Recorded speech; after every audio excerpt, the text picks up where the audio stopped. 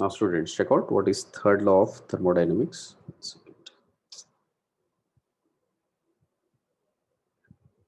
Third law of thermodynamics.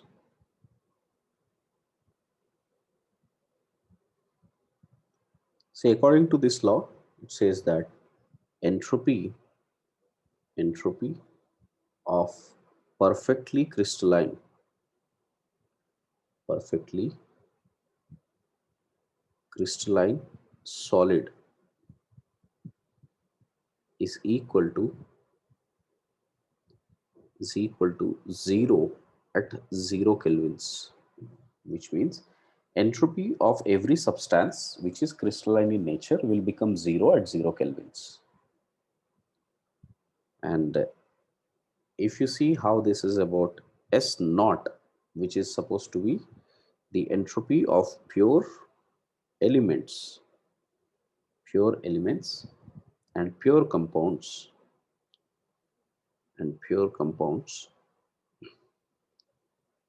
are positive at temperature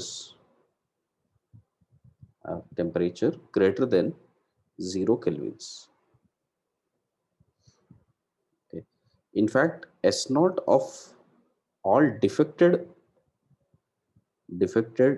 solids like plastics, glass, these would still have some positive value at 0 kelvins because they are not perfectly crystalline in nature. And S naught of H plus aqueous is assumed to be 0 at 298 kelvins only. Got it? Not just 0 degrees. It is assumed to be 0 at 298 kelvins only. And in fact, S naught of other ions may be positive or negative in aqueous state at 298 kelvins. These are few important takeaways from third law of thermodynamics. Got it? Now, using these terms will let us introduce to the idea of what is Gibbs free energy. Gibbs free energy, usually taken as G term.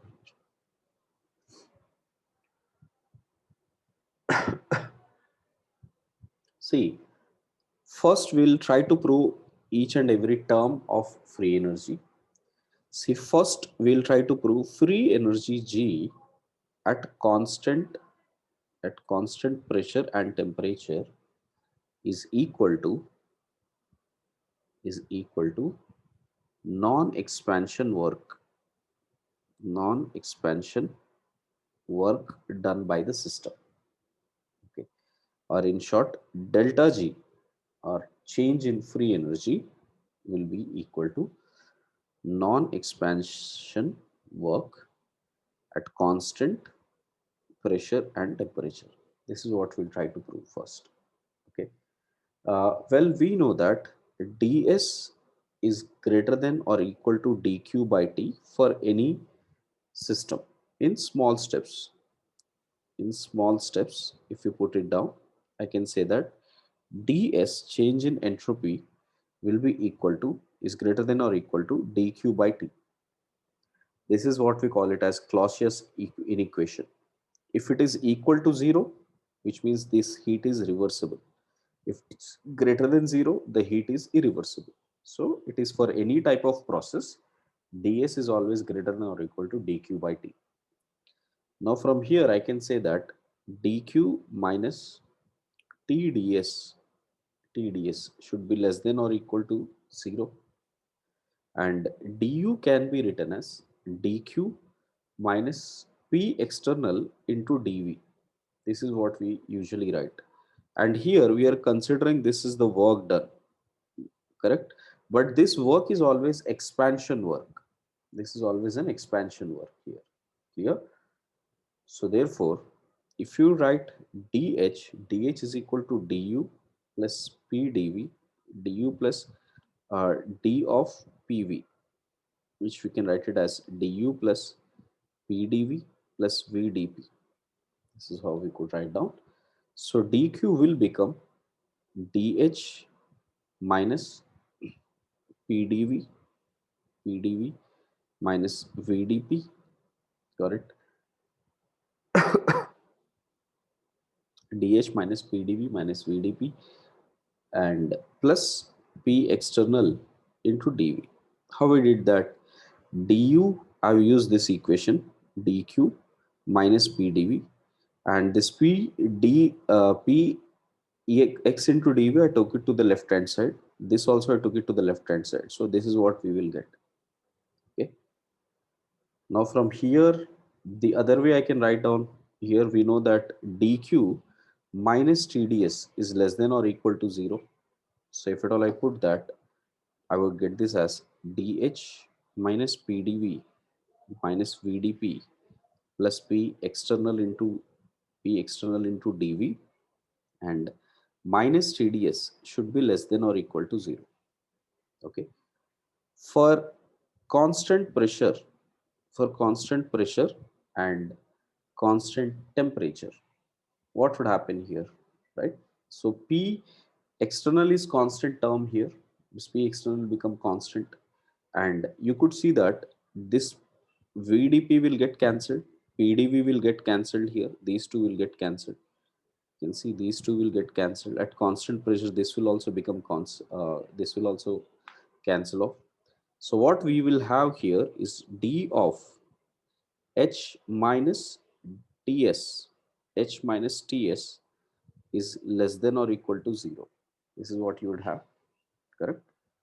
Now this is like a state function. H minus ts is like a state function because this is only changing for a small intervals. So therefore we can say that d of this term is what I am defining it as g, which is less than or equal to 0. Okay. So from here we have derived one important term called g, which is given as h minus ts. It is a state function. It is a state function and extensive in nature. Extensive means it does depend upon the amount of substance that we have taken. Okay. Or in short, we can write this as dq at constant temperature and pressure is less than or equal to 0. Okay. This is the generic form which we have got it from entropy onwards. Okay. What we have used, everything I have used is as a system parameters. Everything is our system here. ds of the system, dq of the system. So all of these are system parameters. Using that, we come across a new system parameter called as free energy. How do we need to understand it practically? See, I'll give you a simple idea. Suppose I decided to, make a walk today. I had a total heat content of H in my body, and my total heat content today, let's say, is 2000 calories. And I started walking. I reached here, got it, to certain place, and by this time, I have already spent some amount of work done here. The amount of work which I did here is, let's say, 500 calories, which means I have burned 500 calories to reach here. Got it? So how much is the leftover amount of energy here? Out of this total energy, 500 amount of energy has been burnt. So I would have right now 1500 calories of energy. Got it? Now, no matter how much I'll burn, right? How much I burn here. Suppose from here I decided that maybe from here again I'll go to some new place, to this place here. Got it? And I thought maybe I'll try to burn more amount of calories. So how much amount of calories would I burn here? Let's say I was able to burn another 300 200 calories. So I have reached to 1300 calories now. Got it? No matter how much amount of work I'm doing, I can never consume the entire heat content, because if the entire heat content is been consumed, which means I won't exist anymore. My my own existence will have to have certain amount of potential energies within the body. My bones have to be intact, my muscles have to be intact. Okay, my blood should be functioning, my heart should be functioning. All of these are interconnected, which means in every system there is a total enthalpy present, which is a heat content. But you can never convert the entire heat content into work. Got it? So let us say the maximum amount of work which I could do to again get back to this original position here. Let's say I have reached to, I reached home after very rigorous workout today, and I was able to burn maybe another 100 calories. So finally, when I reached home, I had 1200 calories, and this is the maximum I could burn out of my body, which means I cannot burn anything more than, uh, you know, 500 plus 200 plus this 100, 800 calories of energy out of this 200, 2000. Clear, guys? Every system has this problem, beta. We can never convert the total heat content of a system into the work done. That is a very hypothetical situation, which means we always have, see, check out these cases now. This is the total heat content. This H is the total heat content. TS is that energy which can never be converted into work. The difference in these two is the amount of energy that is converted into work, and that is what we call it as the, non-expansion work. I hope all of you understood this point. So, in simple terms, please try to get an idea that free energy is always about the non-expansion work which you are able to do. Okay? Clear on this idea? I hope all of you understood this logic, how to think about free energy. Okay. Now, this is the simple introduction of free energy. Now, how do I show that free energy is non-expansion? See, from here, again, we'll rederive G is equal to H minus Ts. This is the free energy term which we have decided. dq, small amount of change in free energy, will be small amount of change in enthalpy into TdS minus SdT. Okay. dH, I can write this as du plus d of PV, d of PV minus TdS minus SdT. So if at all I open that once again, I'll get this as du plus PdV plus VdP minus TdS minus SdT. This is what you have. Du, I could again express this as dq plus dw plus pdv plus vdp minus tds minus sdt. This dq, I can write this as tds because ds ds will be greater than or equal to dq by t. So I'm putting the first condition here that let us assume this is reversible. So if it is reversible, what do I get? Then ds will be equal to dq by t. Then dq will be equal to tds. So tds plus this work could be any kind, right? So I'm writing both the works. One is non-expansion work, which expansion work, which we write it as minus pdv plus some amount of work which is non-expansion, ne as in non-expansion. When it comes to gases, there is only expansion work existing. That's why we used to write only this. Now there could be any system like a cell, like a battery. Battery will always work, but it does not expand, which means this part is not there. For battery, only non-expansion work exists. So while applying the thermodynamics first law, you should only check out for the non-expansion part. This plus we have PdV plus VdP minus TdS minus SdT. This is what we have. So PdV will get cancelled here. TdS will get cancelled here. So what do we have? VdP minus SdT plus dW non-expansion work. This is what we have learned earlier, that at at constant temperature and pressure, at constant temperature and pressure. Now you check out what will happen to dg. These two terms will become zero. That would be equal to simply non-expansion work. Okay. Only one condition what we have assumed is this is reversible. Reversible. Now tell me, I took a condition for reversible and proved this. Does it matter whether it is irreversible? For irreversible also it has to be same. Why? Because it is a state function. For a state function, whether you achieve reversible work or an irreversible work, I mean reversible change or an irreversible change, both should give you same amount of work here. Because it is a state, if this is a state function, this would become obviously a state function here. I hope all of you understood this point. Yes, sir. Right.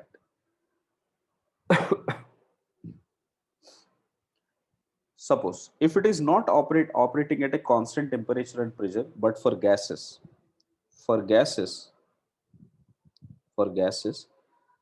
at any any temperature and pressure, we could write dg is equal to vdp minus sdt plus dw non-expansion, which does not exist.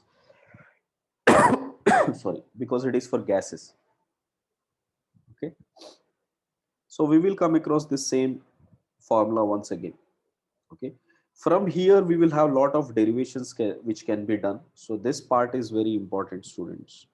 Going ahead, you will see a lot of questions based on dg is equal to vdp minus sdt. Here, next. Now suppose if we take any system, like we have a reversible system. If it is reversible and it is isothermal process, I'll take one condition to explain that here. So for reversible reversible isothermal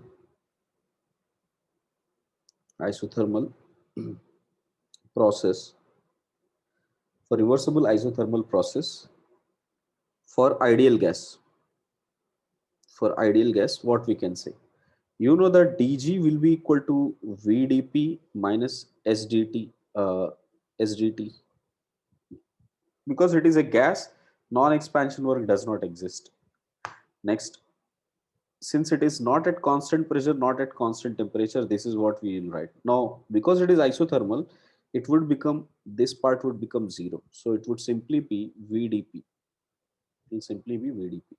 So I can write delta G, which is equal to integral of G1 to G2 of delta G is equal to integral of P1 to P2, P1 to P2 VDP, which is equal to integral of nRT by P into dP P1 to P2, which is equal to nRT ln P2 by P1. This is what we will have, correct?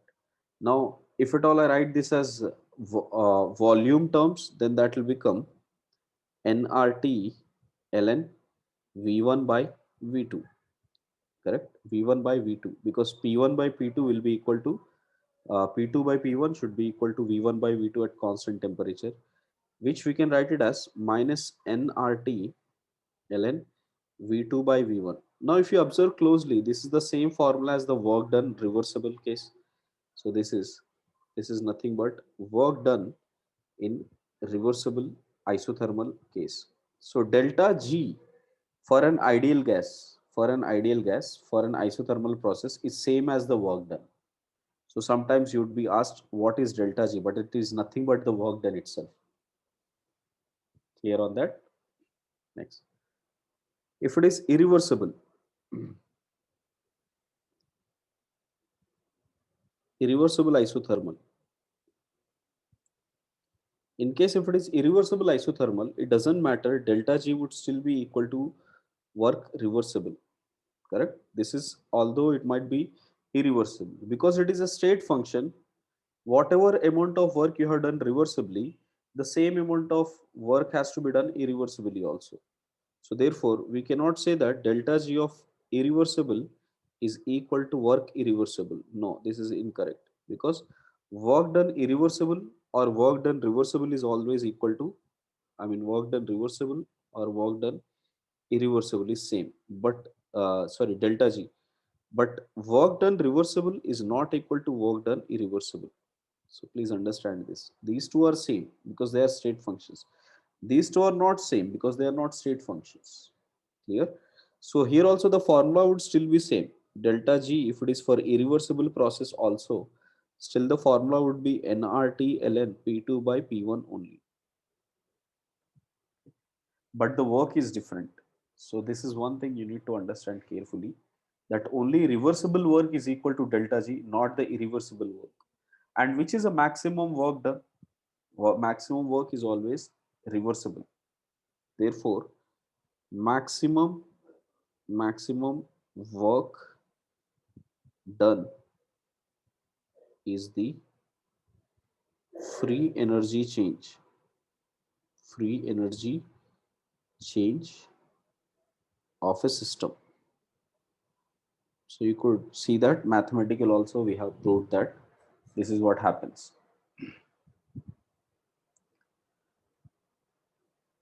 So I hope this point is clear. Right.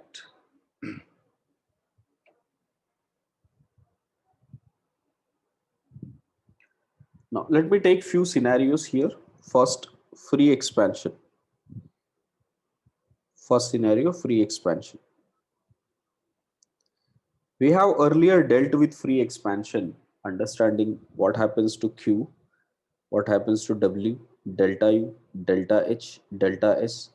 Now we will also see what happens to delta G. We learned that for free expansion, Q is equal to W is equal to delta U is equal to delta H is equal to 0. And delta S of the system, delta S of the system is equal to NR ln V2 by V1. Okay, which is greater than 0. Surroundings, there is empty because it is surrounding is only vacuum. So delta surrounding is 0 and delta S total, we have checked it out to be greater than 0. Therefore, delta G of the system, delta G of the system, which is delta H of the system minus T into delta S of the system will be equal to, this part is 0. So it will be minus T into nr ln v2 by v1, which is equal to minus nrt ln v2 by v1. This is delta G of the system. This is delta G of the system. Now we are trying to relate this. Free expansion is an spontaneous process. If you recall, suppose if this is how the system is, and if there is a gas inside and outside there is only vacuum, so it will keep expanding. This gas will start expanding spontaneously on its own. So any spontaneous change will always increase the entropy total, is what we have learned as the second law of thermodynamics. Now we are trying to use the same second law of thermodynamics not for entropy but for free energy. If we can relate delta S system and delta S total, then we can say that if this is greater than 0 is equivalent to saying delta G is less than 0. So from here, if delta G is less than 0, now we will say this is a spontaneous process. Okay. So that is our next aim. That is to get a relation between delta G of the system and delta S of the system. So if we can get the relation between these two, if this is greater than 0, we are saying spontaneous, which will become equivalent to saying delta G is less than 0, and that is what we'll try to prove. Okay. Suppose we know that delta G of the system is equal to delta H of the system minus T delta S of the system. Okay. Now, for a reversible change, for a reversible or irreversible change, we will always have same thing. So for reversible change, one thing I can say that delta S of the surroundings, delta S of the surroundings will be equal to Q reversible by T with minus.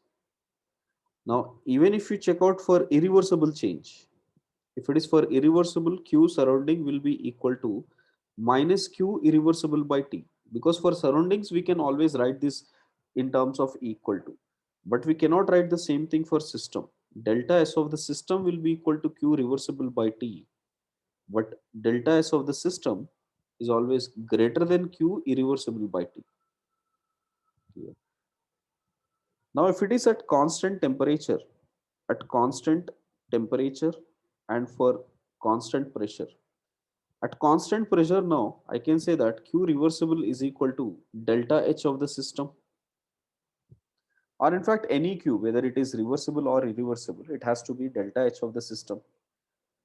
Therefore, I'll just try to replace this here, that delta G of the system is equal to delta H of the system, correct? Which is same as writing Q. But what we know that delta S of surroundings is equal to minus Q reversible or Q by T. So this Q I can replace it with delta H of the system. So it is minus delta H of the system by T. So therefore, delta H can be replaced as T into delta S. So minus T into delta S of the surroundings minus T delta S of the system, which is equal to minus T will come common, delta S of the surroundings plus delta S of the system. What is delta S surrounding plus delta S system? That will be delta S total,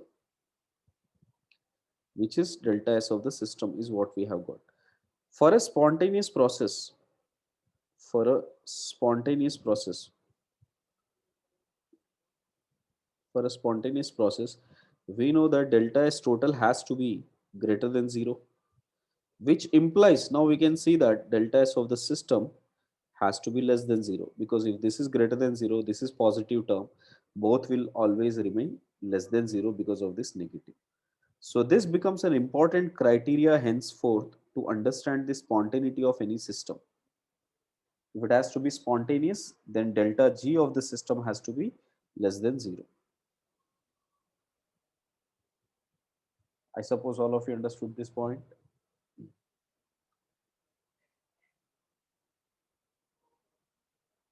Yes. Right. See, what are the type of questions that would be asked from delta G? You know, one thing, suppose if it is for a regular equation, like where we have to say that how the delta G is varying for a chemical equation, then how, what kind of a question we can get? Check it out. There was a question in J17 2017. It's a very nice question asked. The question goes like this: the density of carbon graphite and diamond are given, different values were given, which is 2.25 and 3.51 gram per ml.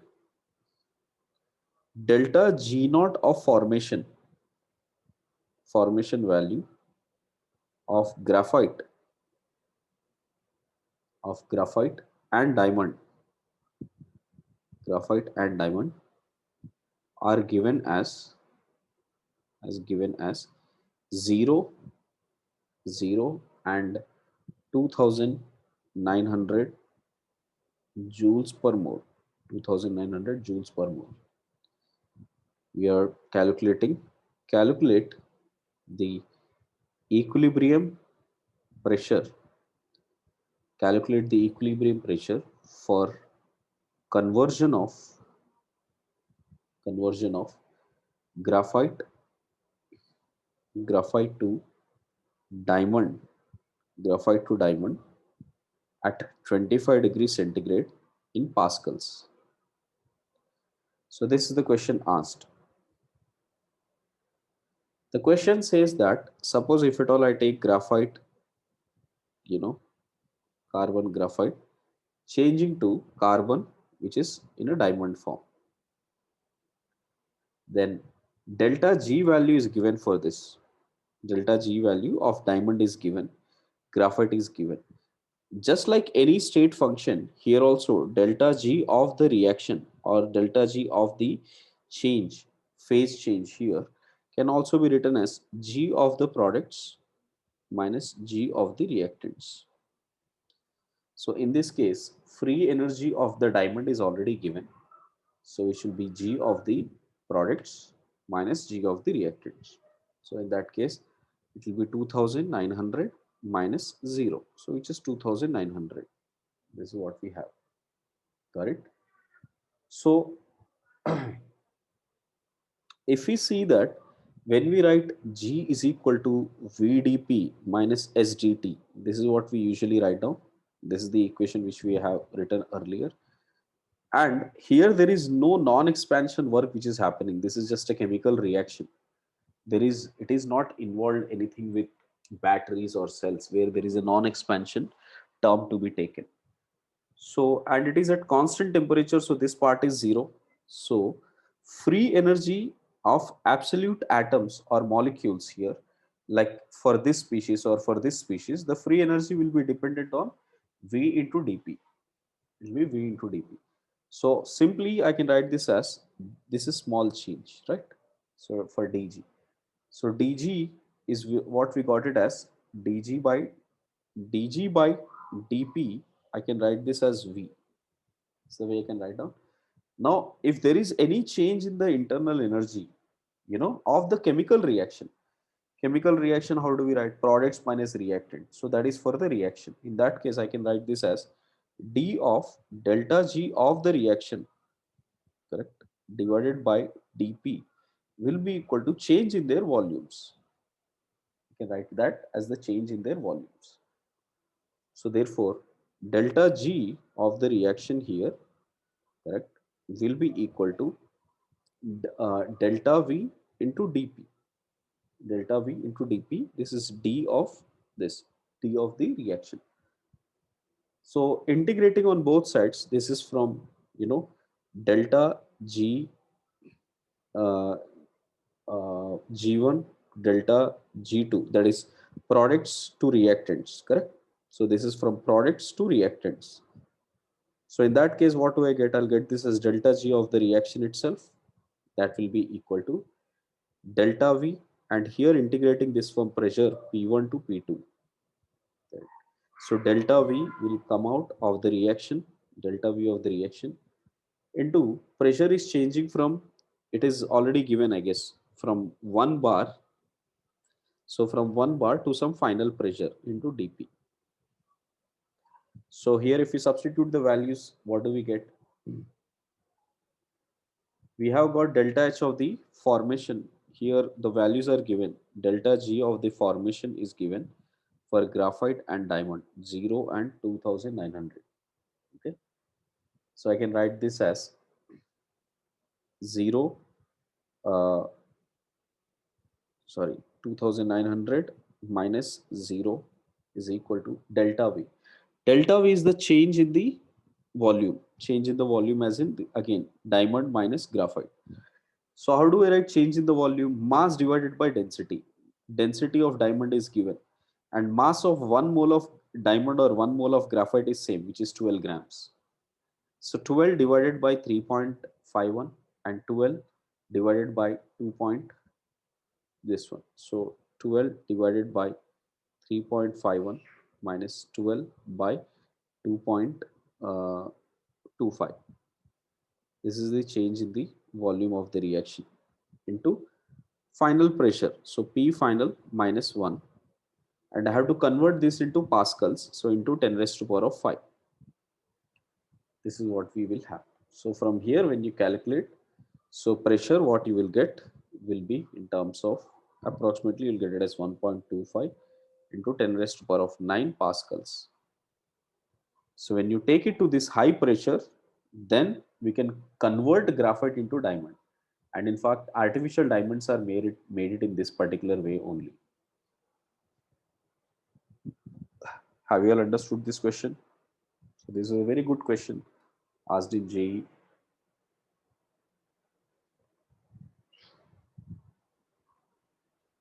Oh, this is in ml. I forgot to convert this. This should be 10 raised to power of minus 6. because we need this in kg per meter cube, right? So when you need it in kg per meter cube, it will become 10 raised to power minus 6.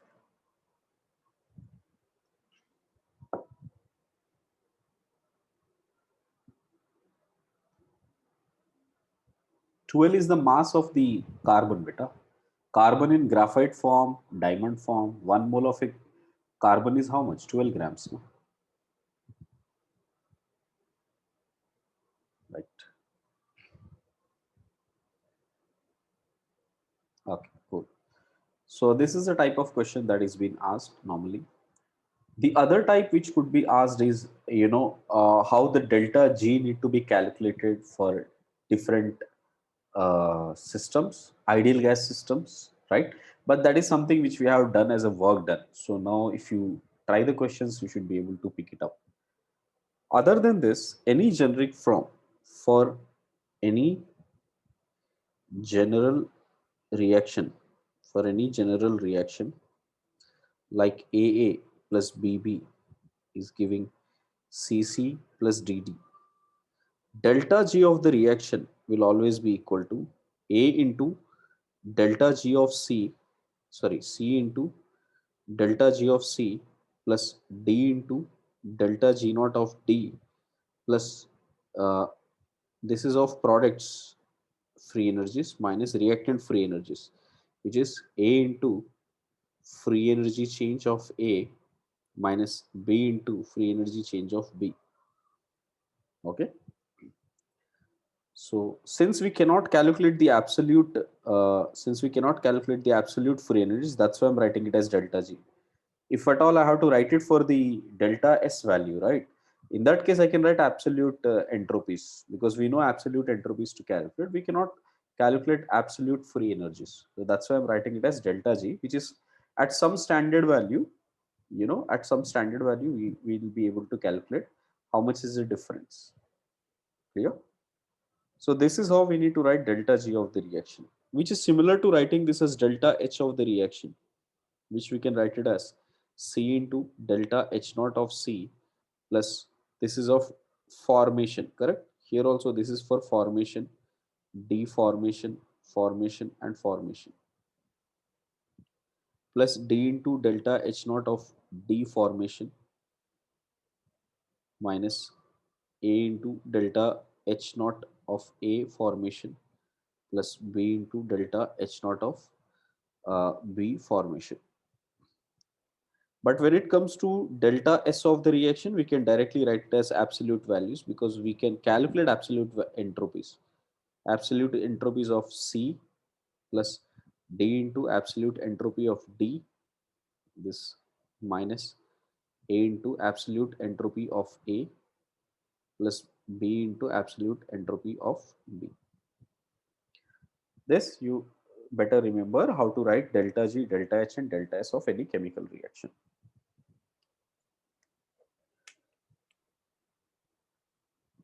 Clear on this, dear everyone?